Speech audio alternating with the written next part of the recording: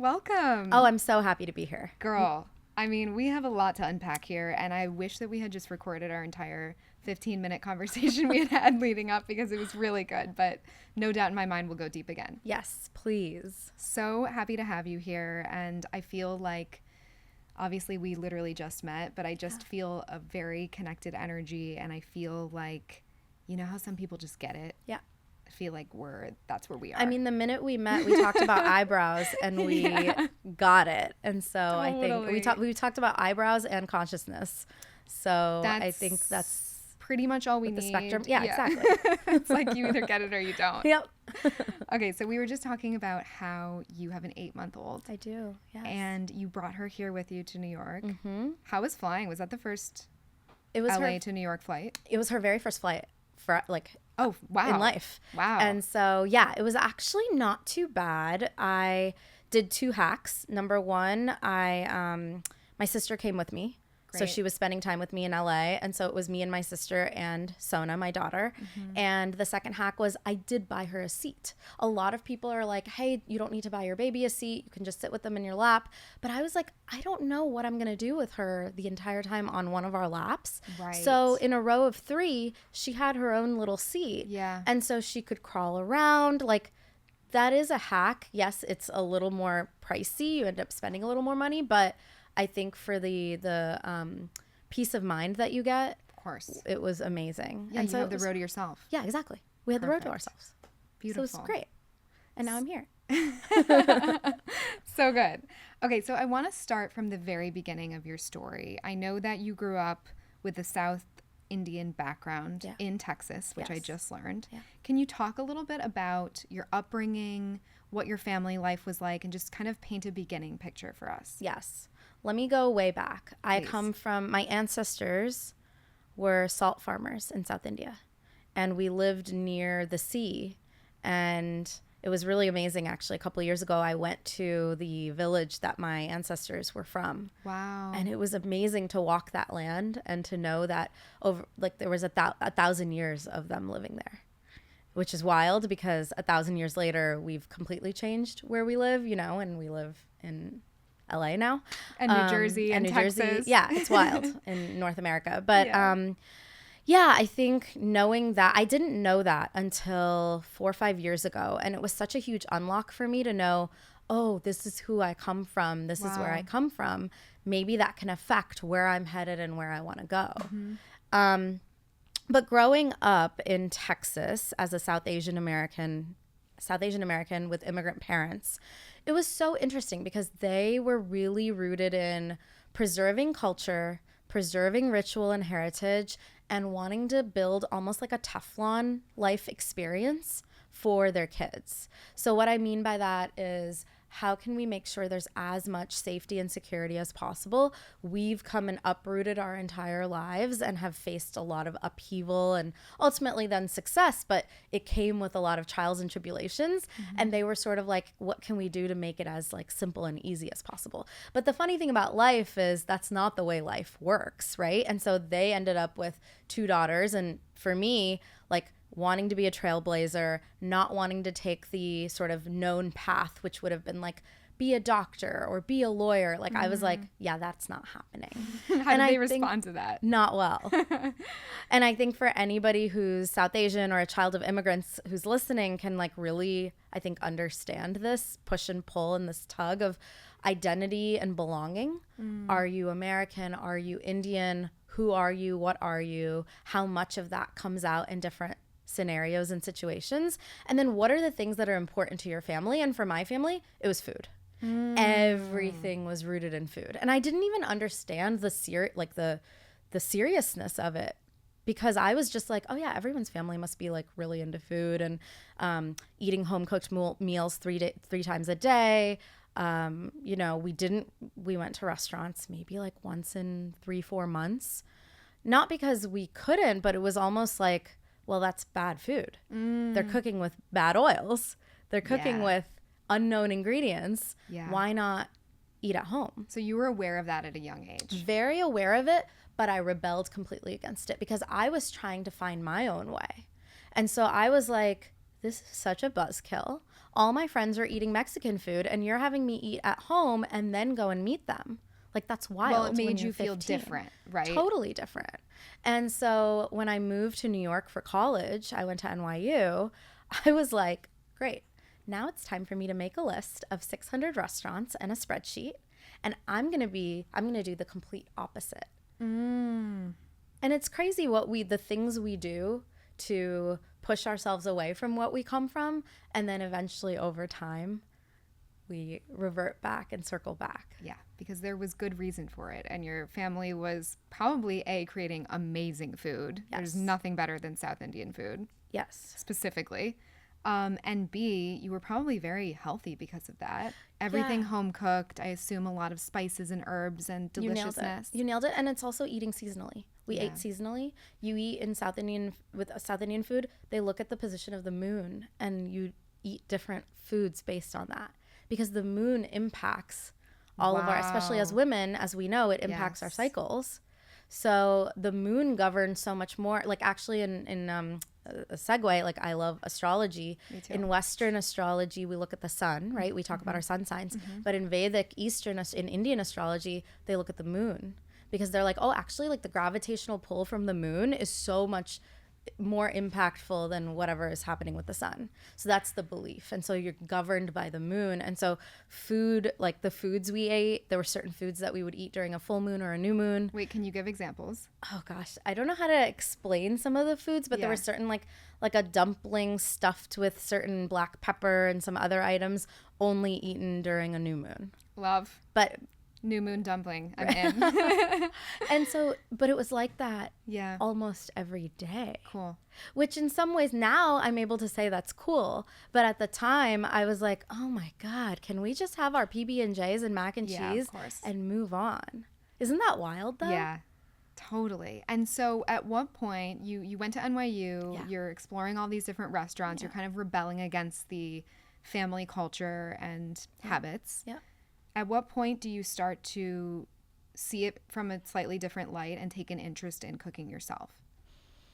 In my mid-20s, I started to just visit the farmer's market, Union Square Farmer's Market. Usually I would race past it. I would run through it in between, like, from work to drinks. Yeah, you like barely notice it. Oh, no. And I'm like, okay, there's some apples over there. Fun. And then I started slowing down and looking, and I was like, oh, there's something really nice about this. Let me just pick up some kale and maybe some apples. And then I would go home and make a salad. And I was like, oh my God, this is 10 times better than like the really like old kale that I was buying from the local grocery store around the corner. And so I think it started inching forward, and then learning about my ancestors, that they were salt farmers. That was a huge unlock, because I was like, whoa, we were that connected to food? Like, that blew me away. Something so foundational like salt. Yeah. We made and harvested salt from the sea. Like, that's so cool. That's incredible. It's really cool. And so I was like, oh. And so it started sort of percolating in my head. I started my career at L'Oreal in beauty and then made a pivot into tech. So I was working at companies where, look, like, you're not with physical products. You're not touching and feeling. There's nothing tangible and tactile. So I think there was also something like missing there, where I was like, I want to, in my next iteration of me, I would love to do something that feels more tactile and tangible. So all of those things started swirling together. And then I started getting stomach aches when I was cooking. Okay, I want to talk about this. Yeah. So what were you cooking at the time? This was like in my, like mid-late 20s, like 27, 28, like 2015, 16-ish. Okay. And I was cooking, I mean, thoughtlessly, but trying to be mindful, trying to buy farmer's market food, ingredients, trying to go to Whole Foods more. And I was just making very basic food. Like, it would be like, oh, I'm going to make a granola bowl in the morning and put some olive oil on top. Like, just trying to figure things out in the kitchen. Yeah. Not super mindful about it. But I kept noticing and I got into a serious relationship. So both my now husband, we were cooking together more, and we both were getting these like awkward, weird stomach aches. And we were like eliminating different foods. We'd both like not want to talk about it because we were like dating. Of course, you're like pretending you're not in severe pain and like running to the bathroom, right? And like turning the faucet on. Like, we were like, being so weird with each other. And eventually we both were like, what do you think it is? And to this day, I'll be honest with you, like real talk, I don't know exactly what it was, but I think what it served as was the unlock to say, oh, it's important for us to care about where we get our cheese from. It's important to care about where we get our veggies from. And it's really important to care about where we're getting our foundational products, which are oils, olive oil. Where did it come from? When did I buy it last? How have I been storing it? I was using like some kind of weird ramekin thing that was like clear. Totally. And then I Googled good or bad olive oil. And one of the first things was like, if it's clear and it's been sitting there more than 3 days, it's gone rancid. And I was like, well, why does that matter? Does it matter? And then, like one of the other Google searches was like, how to tell if your olive oil has gone bad and why it matters. Like, and I was like, okay, yeah. How can you tell? And it was like, try it straight. And so I tried olive oil for the very first time in my life straight without putting it in bread or adding spices or balsamic vinegar to it. And it was like, actually, excellent olive oil should be bright and peppery and pungent and taste like grassy. And if you're tasting it, like take it with a spoon even, be simple. And if it tastes kind of waxy and old, something's off. And if it kind of tastes like you like go and there's like the oily, that's like oil on your mouth, something's off about it. Yeah. And I tasted all of that. It tasted waxy and old. And I couldn't put my finger on it. There's no other way to describe it, right? It doesn't taste like, and the thing about it is it's not like there's green things growing where you can see mold. It's not like it turns black, right? So you can't really tell. So you're kind of like, okay, it looks liquid gold. The untrained eye wouldn't necessarily know. We would never know. Yeah. And it has to come from smell and taste, which then you're like, well, taste is subjective. And if most of us in America have never had super fresh olive oil, we don't even know what to look for. And it's my understanding, and you'll know a better answer to this, but I've heard that a lot of olive oil, especially in restaurants, is cut with other stuff. That's the word on the street. Yeah. And a 60 Minutes came out with a piece that said that the Italian mafia was involved in olive oil fraud, as they call it. Not the olive oil fraud. Not the Italian mafia. Like, what? That's insane. That's so insane. And as somebody who like loved The Godfather and like all of that, I also was like, wait, this is wild. But coming back to the health piece of it, basically something that I learned was, if you think about it, olive oil is a fruit juice. It's olive juice. It's like apple juice. Right. It is at the end of the day like a basic fruit juice. So if you're thinking about it as a fruit juice and olives are fruit, then what are the health benefits that it can have if it's really good? It can be amazing with antioxidants. If it has like all of the like high polyphenols, it's so good for anti-inflammatory, so for your heart and your gut. Like it's really incredible. Yeah. But on the flip side, if it's rancid, rotten, if it hasn't been stored well, and if it wasn't created well to begin with, then or cut, then it's going to have high degrees of inflammation that's going to go into your body. Yeah. It's the going to be total bad for opposite you. effect. Exactly. But if it's good, it's like magical. And so I didn't know either of these things. And I was like, this is crazy. The Italian mafia thing is crazy. There's so much to unpack. Right? And then I'm like asking girlfriends, I'm like, do you use olive oil at home? And everyone, this part's like hilarious. Everyone's like, oh my God, I love olive oil. Yeah, my parents went to Italy and got me some, or, yeah, I use it all the time. And I'm like, great, what do you use? And everyone's like, this is like 2016. An ugly green bottle. They're like Berea. Barilla. I don't know. And I was like, okay, there might be something here. Yes. The pieces started coming together a little bit more. Like, okay. But I worked in tech and I was at L'Oreal. I didn't come from food. Right. And so there was so much, we were both talking about before the podcast started recording, perfectionism and wanting to being really hard on ourselves. And that's where the inner critic started screaming. And it was like, how dare you? You're a random lady. Like, Imposter syndrome. Of course. Imposter syndrome and also like inner critic. How dare you think you can? Wow. Yeah. And have you always had a loud inner critic voice? Like, can you remember that from a young age, or is it more applied to career specifically? Definitely applied to everything, but career especially. Yes, definitely career. And I think it comes from, your family, your upbringing. Yeah, of course. And our society that basically tells us we're not enough, which I can't wait to talk about that, because there's this like entire thing about enoughness that I've full circle come to. Oh. So we have to talk about that. I'm literally writing that down because I'm excited. Okay, so the inner critic is loud. It's loud. But you're feeling this pull to do this thing. But no, I wasn't sure in what way. I thought it could be like a certification program. I literally was like, oh, I'm in tech. Maybe like it can be a technology or a seal or some sort of certification. I didn't think product immediately. Really? No, because my brain didn't immediately connect those dots. I just was like, this is something I'm really intrigued by. I think it's really fun to talk about. I'm feeling like I'm passionate about it, but I don't know what to do with it. So and it was before also like a lot of people were starting brands and talking about like what year are we in right now? 2016. Okay, wow. Yeah. And so I was like, I don't know what to do with this.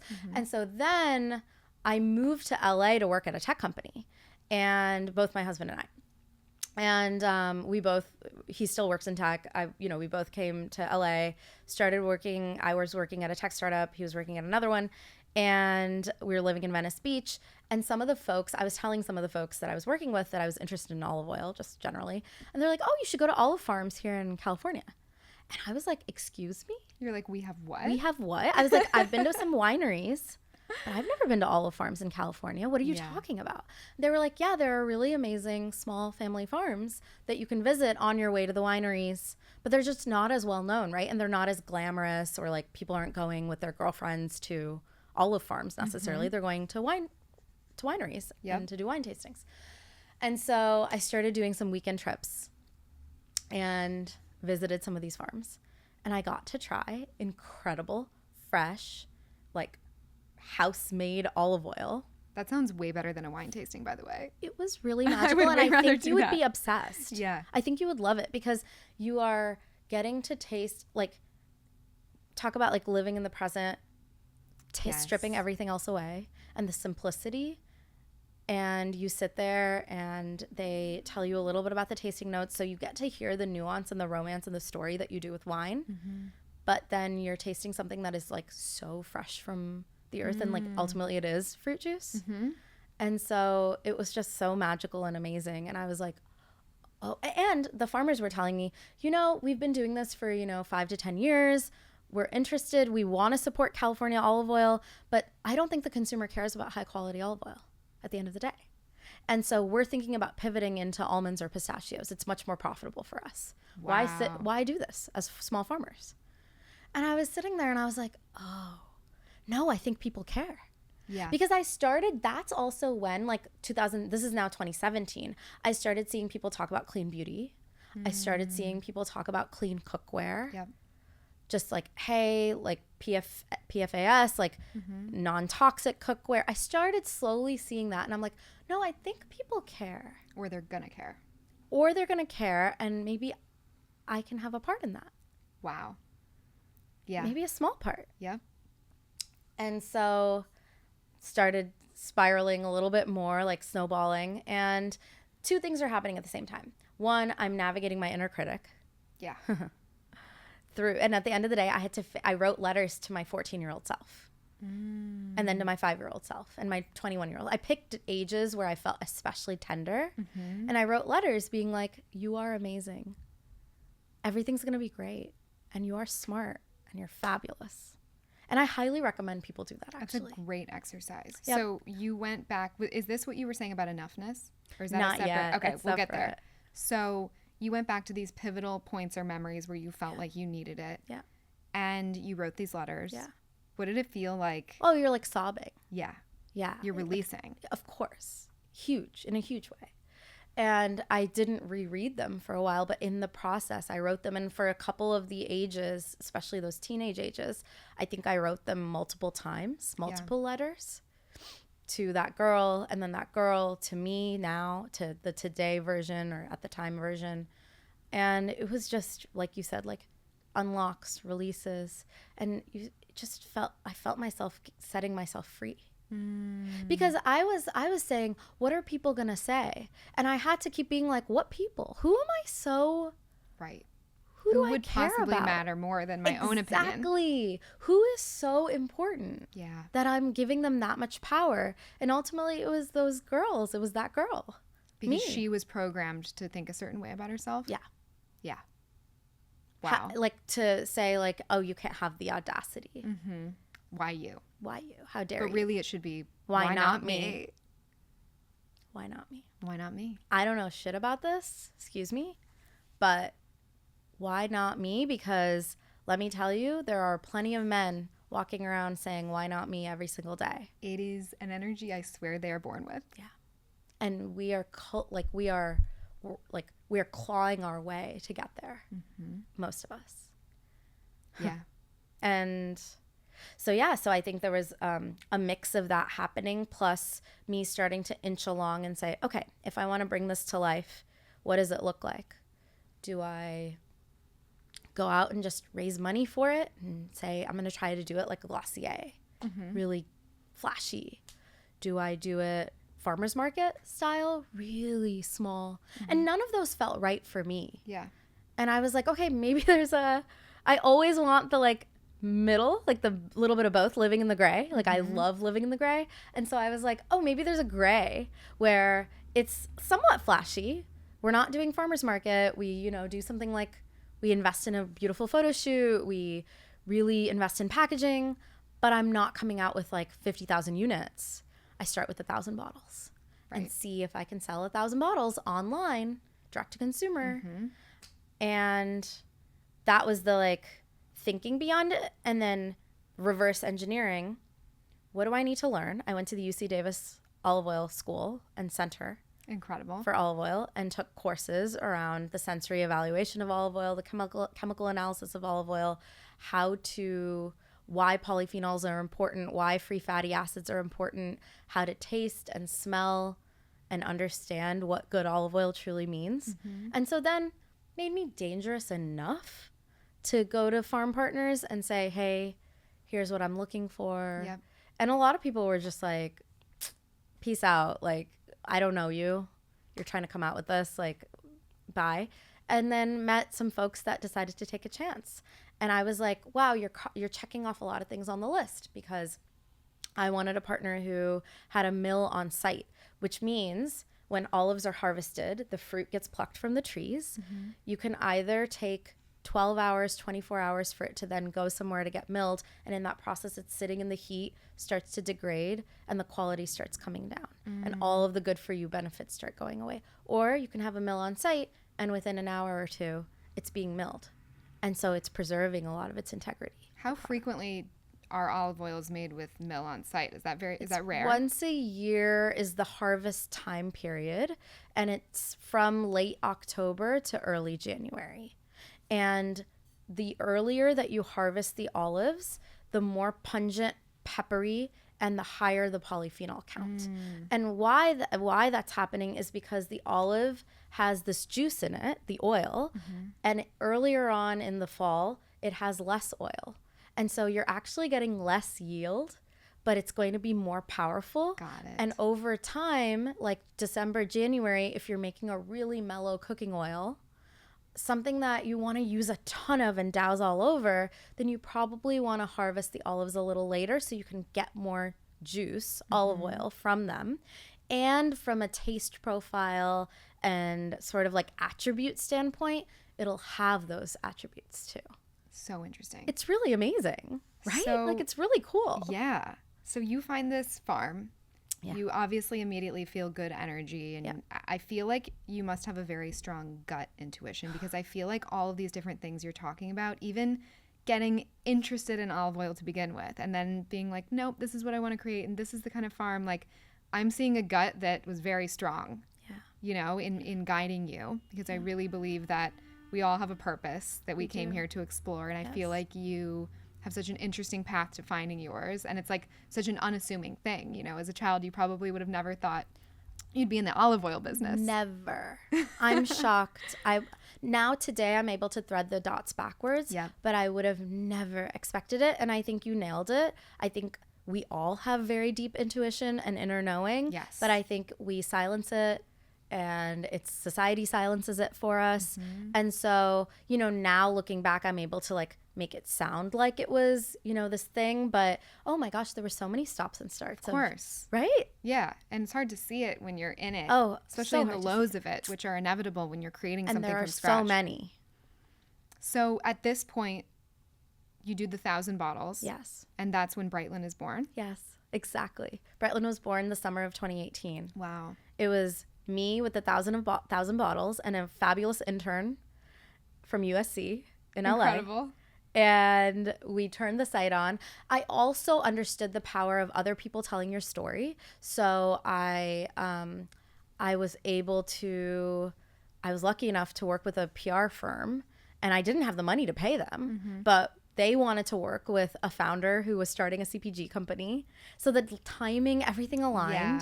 And they were like, yeah, we're willing to take a bet on you and like just work something out. And so I was like, oh yeah, my dream is the New York Times. Crazy.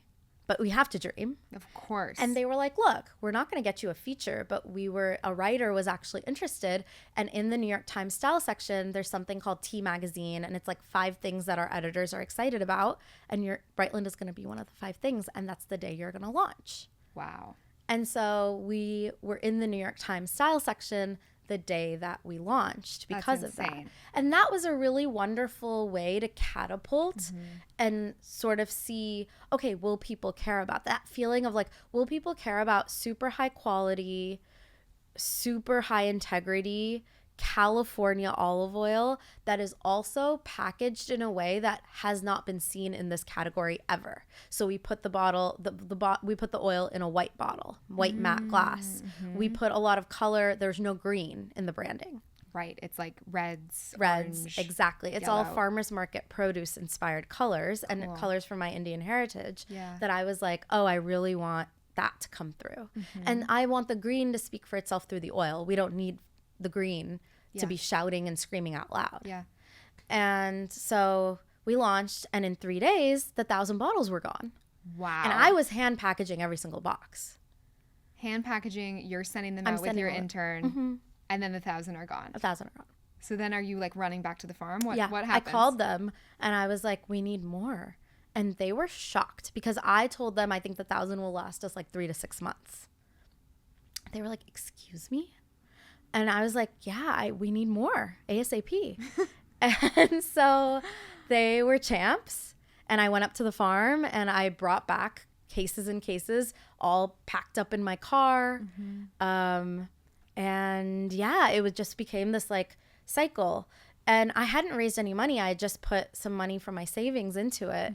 And about a year in, we were getting calls from Anthropology. We were getting calls from Williams-Sonoma. We were getting calls.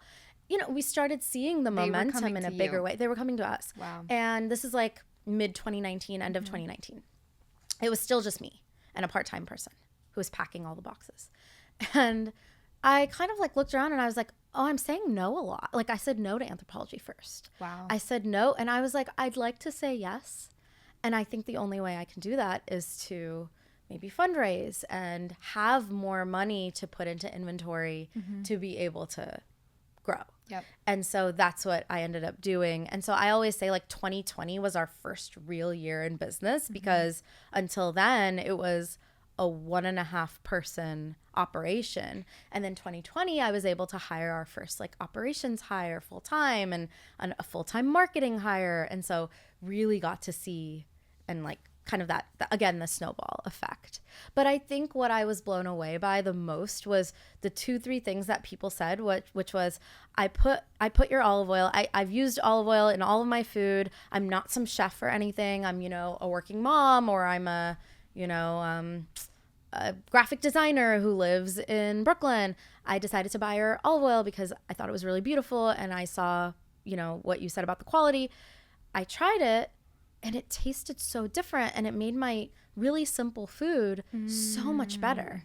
That's what I kept hearing. And the second thing I kept hearing was, and then afterwards, I put it on my countertop, and I don't know, every time I walk by my kitchen, I kind of feel like really happy. Like there's something like joyful. Yes. And I was like, wow, beauty, joy, and really delicious, high integrity. Like, it's everything. This is it. Yeah. That's incredible. I mean, I have been a consumer of Brightland for a long time before even knowing you or being connected to you in any way. And I was always very drawn to the packaging. I was like, that's something that I would have sitting out in my kitchen. I'm very picky about that. I don't even have a coffee maker on my counter because I like a clean space. Right. But if it's additive and I'm using it every day, it makes a ton of sense to have it out. That's exactly. That's like music to my ears because that was my thinking behind it. It was like, if it's an esoteric hot sauce that we're using once a month with tacos, like it doesn't need to be sit out there. Totally. And if it's an ugly like coffee maker or a not so cute whatever, maybe we want to put that away. But if it's a foundational staple of all of our foods, and olive oil has been around for thousands of years, is a cornerstone in the Mediterranean diet that everyone reveres and talks about from like a Blue Zones perspective, like, why not give it the attention it deserves? Why not give it the packaging love that it deserves too? And then the product can speak for itself. And my feeling on it was always the packaging, if it's 10 out of 10, the product better be 11 out of 10.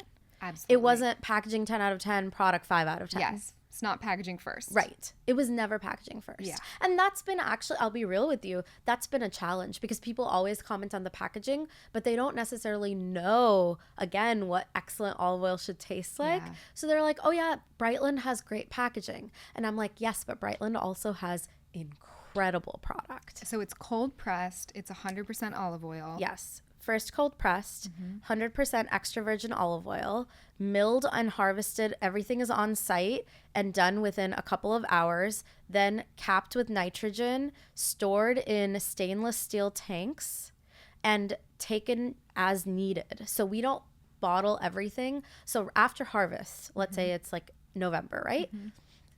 A lot of situations, what happens is you just bottle everything you're going to sell for the next year or two. We don't do that.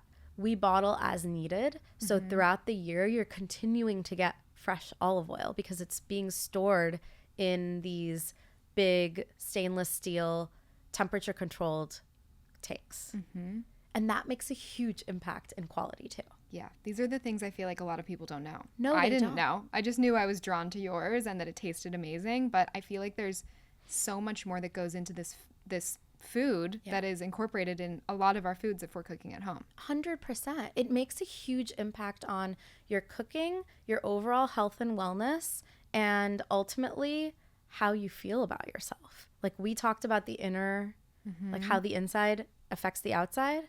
I really firmly believe that olive oil is that foundational staple that can do all of it. Absolutely. Good, high quality.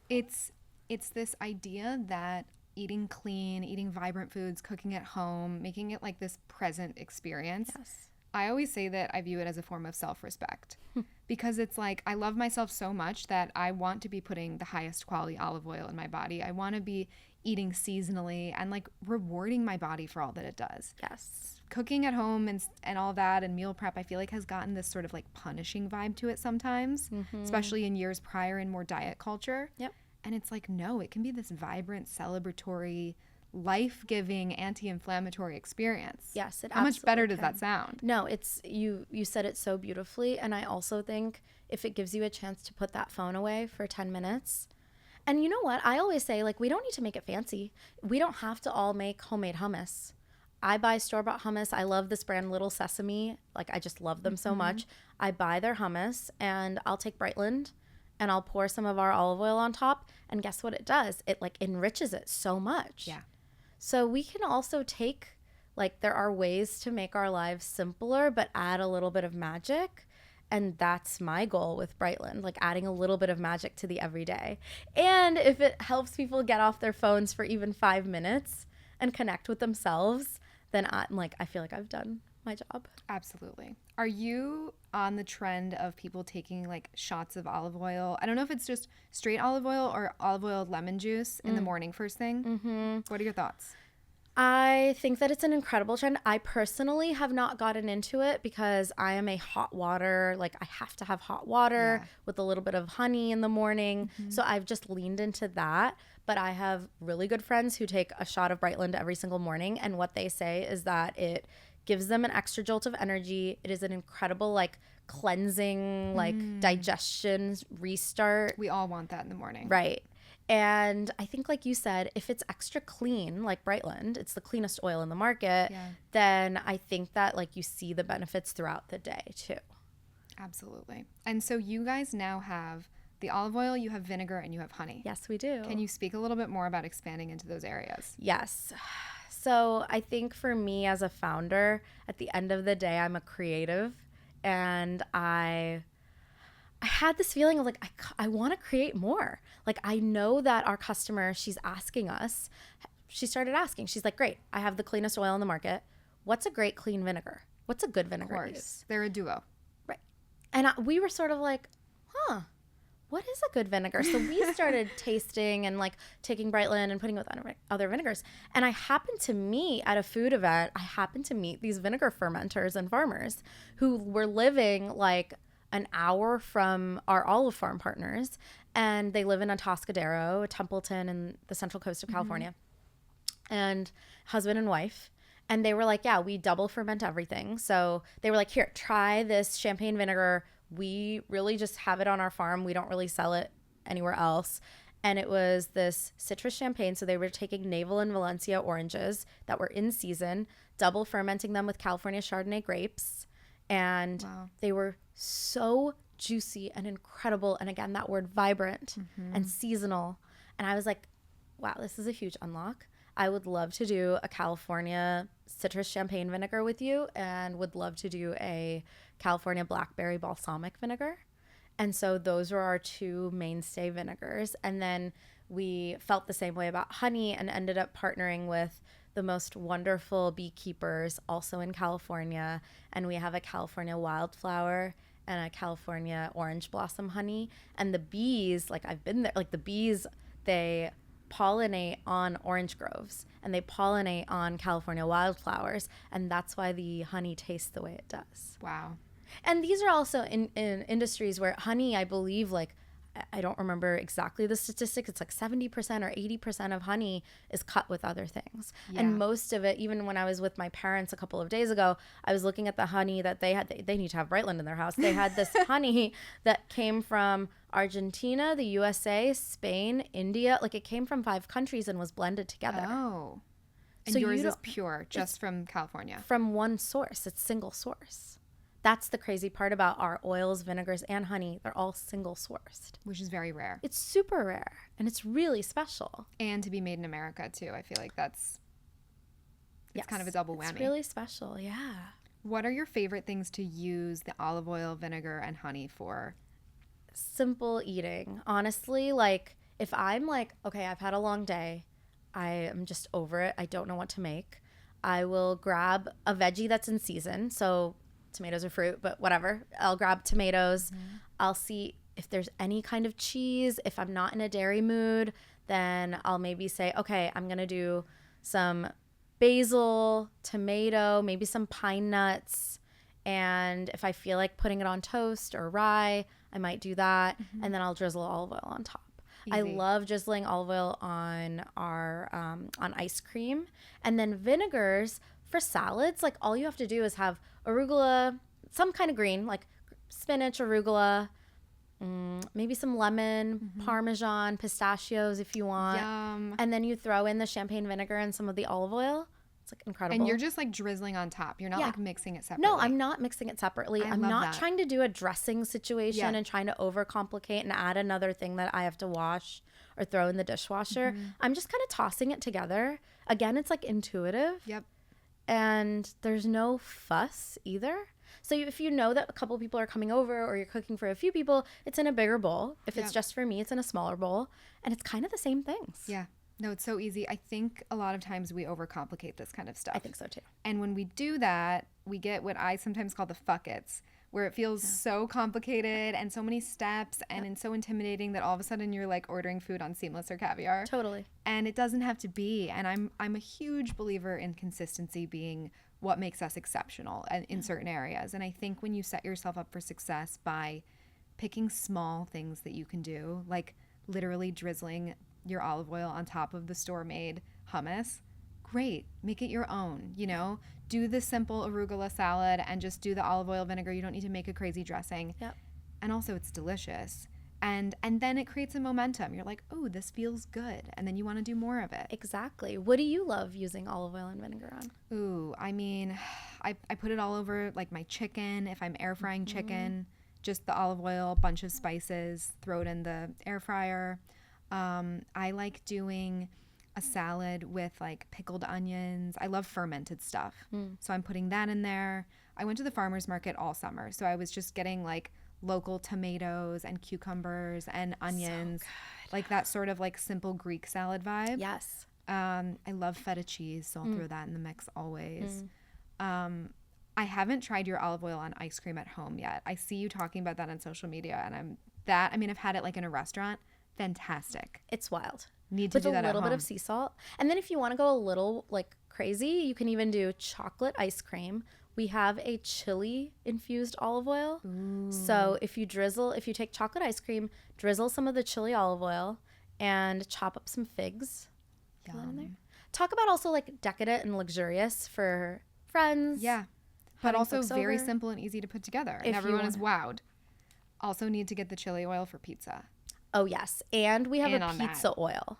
Oh, yes. And then maybe we do a little honey if we want to get extra crazy. 2 years ago in 2023, we came out with a pizza oil. And what we did was basically I was like, what's the food that everyone loves and is obsessed with? And everyone on my team kept being like pizza. And we kept talking about the nostalgia behind pizza. My dad growing up would make homemade pizza like once or twice a month. And I remember that. Like that's a core memory for me. And so I was like, oh my God, I want to do something to like honor that too. And so we thought, why not make a pizza oil, like a companion or a best friend to pizza that tastes and feels like you're at your local pizzeria. And so we blended basil, oregano, garlic, rosemary all together and put it with our olive oil. And it's the most fun, delightful thing that you can add. And then our customers were like, oh, we're also putting it on eggs and avocado toast. Great and it kind of like jazzes everything up. Yes. So I can't wait for you to try it. I'm so excited. Honestly, a little olive oil addition to anything goes such a long way. It really does. Okay, so I know we have to wind down soon, but I want to make sure we touch on the enoughness piece. And I obviously don't know exactly what you're going to say about this, but I just want to reflect before we get into that. What an incredible company you've created. And like from absolute scratch. It's super inspiring as someone who is an entrepreneur. And I'm curious how this inner critic and this enoughness has evolved through that, because I'm particularly curious as you sit here looking at your company that is so explosive and successful, does that impact your enoughness and your inner critic, or is that kind of like a separate thing that you had to tend to on its own? Brightland has been the biggest spiritual exercise of my entire life, truly. And it taught me that I could live in a place of never enoughness. I could choose that. I could do that. Despite the success. Oh, yeah. Yep. Oh, it's never enough. Totally relate to that. Wow. It could easily, I've conquered my wildest dreams and then some, but it could never be enough. And so it's a duality, right? There's a duality of understanding that we're only getting started. We have so much more impact. We have so many more households for Brightland to be a part of. We have so many more meals for people to enjoy with Brightland. So in that way, it's energizing and inspiring, right? Yeah. And then there's the flip side of you haven't done enough. You'll never be enough. You should have gone faster. Comparing yourself to other people. Our space has gotten much more crowded in the last 4 years. Like a lot of people are doing, are inspired by us and are doing similar things. And so, yeah, I could be in that place.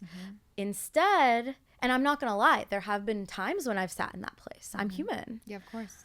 But where I say like Brightland has been the biggest spiritual unlock is that it also has forced me to step outside of myself and remember that why are we all on this planet? It's to, what we said earlier, elevate our overall consciousness. And the only way to do that is to remember that you are deeply, that you are enough.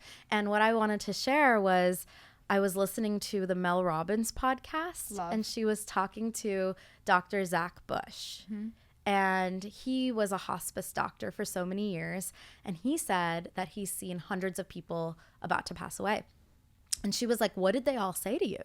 And I thought he was going to talk about regrets, spending more time with family, right? Like that's where in my mind I was waiting for him to say that. And he said, almost all of them looked at me and they said, I was enough all along. Wow. I was enough. And I never felt it, but I was. And that, I think, that's like changing my life, knowing that. I feel like I have this, and I want to share it with as many people as possible. I feel so lucky to be here and share this. I'm so glad you said that, because I think it's something that everyone can take something away from. Like, we are whole and we are enough. And when we start from that place, then we can be unstoppable. Right. Rather than from a place of lacking. Yeah. And everyone has an enough wound too. I'm not cool enough, pretty enough, smart enough, successful enough. There's always the word. And then overall though, once you like, if you do master those, or in society's eyes cross those off, then that word still exists, enough. And you don't know what maybe you don't know what that piece is anymore, but you're like, but I'm still not enough. And no amount of external validation or success will ever No. fill that. And I think people so often think, once I get the dream job, I'll feel, then things will even out for me. I'll feel good. Or once I get engaged or married. And it's almost like the more you get those things and you realize that the enoughness piece is not healing itself, the more of an opportunity you get to work on it, which is, of course, easier said than done. But I think it goes just to what you're saying, like about realizing that we've all been enough all along, and remembering that and choosing to rewire that every day. It's a strong pattern. It is a hugely strong pattern. And the easiest way for me that I rewire it is through meditation and presence and awareness that the only thing I have is here and now. The future is not certain and the past never happened. It's gone. Yeah. So what is? And who am I? It's just the nowness. And so more of the nowness, and if Brightland can be a tiny part of the nowness, you're in the now doing something and you're not thinking about the next steps and you're thinking about just the present, then like what an incredible way for me to indirectly tap into that higher purpose through my company. But if not, I'm also so pleased to be able to say out loud, like, the nowness and the presence is all we have. And meditation or looking at flowers actually is another way to my acupuncturist many years ago always said that was her form of meditation. She's like, I stare at an orchid. Because the mind goes blank for those a little bit. And when the mind it gets clear, that's when also everything clicks into place. Yes. I was sitting in a meditation this morning, and it was like a noting style, which I love. I discovered that last week on Open App, and I was like, this is really landing for me. You do Open? I love Open. Me too. So much. It is so good. Oh my gosh. It's the best. First of all, they have the physical location in Venice. Never been, but I see it on the app, and I'm like, I'm dying to go. I would love to go with you. Please. It is an incredible space. Yeah. And then the meditations with Manoj. I love Manoj. Oh, I'm obsessed with Manoj. He does the noting one, and that's how I was so funny. Oh my God. So I was going to ask you what you're using to meditate. It's Open. Yeah, it's Open. It's every so day. easy. I think I've done 500 or something class. And it counts your streak, which is great. Oh, it's so good. And like sitting there noting and being like, okay, thought, feeling, sound, self-critic, whatever it is. I've had for the first time those little gaps of nothing. Wow. Without such trying to control. I don't know if you've listened to the noting one where he's like, the best way to control a field of sheep is to not try to control them or something like that. And it's the same thing with your thoughts. When you try to be like, nope, don't have thoughts. That was bad. This is right. This is wrong. They spiral out of control. But when you're just like, bing, like almost like little clouds, there's like a moment of quiet, which is so rewarding because you're like, wow, this is working. Yes, it's working and I feel it. And I got to a place where eventually I had tears of joy streaming down my face. So good. Because I felt it. Yes. And I felt the download from the universe. Yes. I really did. But here's the thing I will also say that kind of comes full circle, and we always have to remember we are just mere mortals and so human. I don't do it for a week or two. You know, I was sick a couple weeks ago. Didn't do it. Yep. I went straight back into lack and kind of being curmudgeon-y, like the, you know, the person, Totally. you know, sort of just like, rah, rah, rah, rah, rah, Yep. and couldn't see. I could not see clarity. Consistency is necessary for these to work. It is, yeah. We can't. I have like I think I'm almost at day 250 streak going of not missing a single day. Wow. And it's my medicine now. And it's why would I ever miss a day? By the way, sometimes I have to do it laying down in bed if I'm not feeling well or whatever. Yep. Sometimes it's I 10 do it minutes, on a walk. sometimes it's 30. Yep. However, it doesn't have to fit a certain mold. Sometimes it's jumping up and down to a song and like going on my rebounder and getting energy out because you can't just sit sometimes. Yep. Well, we're animals. We're supposed to shake it off. Yes. Especially after when I jump off of a stressful call or some kind of situation where I felt my like everything, nervous system is just like locking up, then I will shake my hands. I'll stand and I'll like move and wiggle. Yep. Because that's what we're supposed to do. We see dogs do that. Exactly. Coyotes, Babies. any animals do it. Babies do it. Yeah. They're closer to the source. I think about that often just in terms of how babies like cry and scream and yell and like they're just out here nervous system regulating all the time because it's all they know. Yes. And they don't care what anybody thinks. It's actually really incredible. Oh, it's amazing. If we can all just be a little more baby-like. Like babies and like animals. Tap into our true selves. Yeah, 100%. Well, thank you so much for coming on today. I could chat with you for another hour. This was really Where can people find you? Where can they find Brightland? Give us all the places. Yes. So Brightland is at brightland.co as our website. And then online or on Instagram, it's at We Are Brightland. And then to find me, I'm at Hello Aishwarya. And I'm a big believer in deleting Instagram on as many weekends as possible. So if you don't see me, I'm living my life and living in the present. Beautiful. We could all use a little bit more of that. Thank you so much. Thank you for this wonderful conversation. Thank you. This is amazing.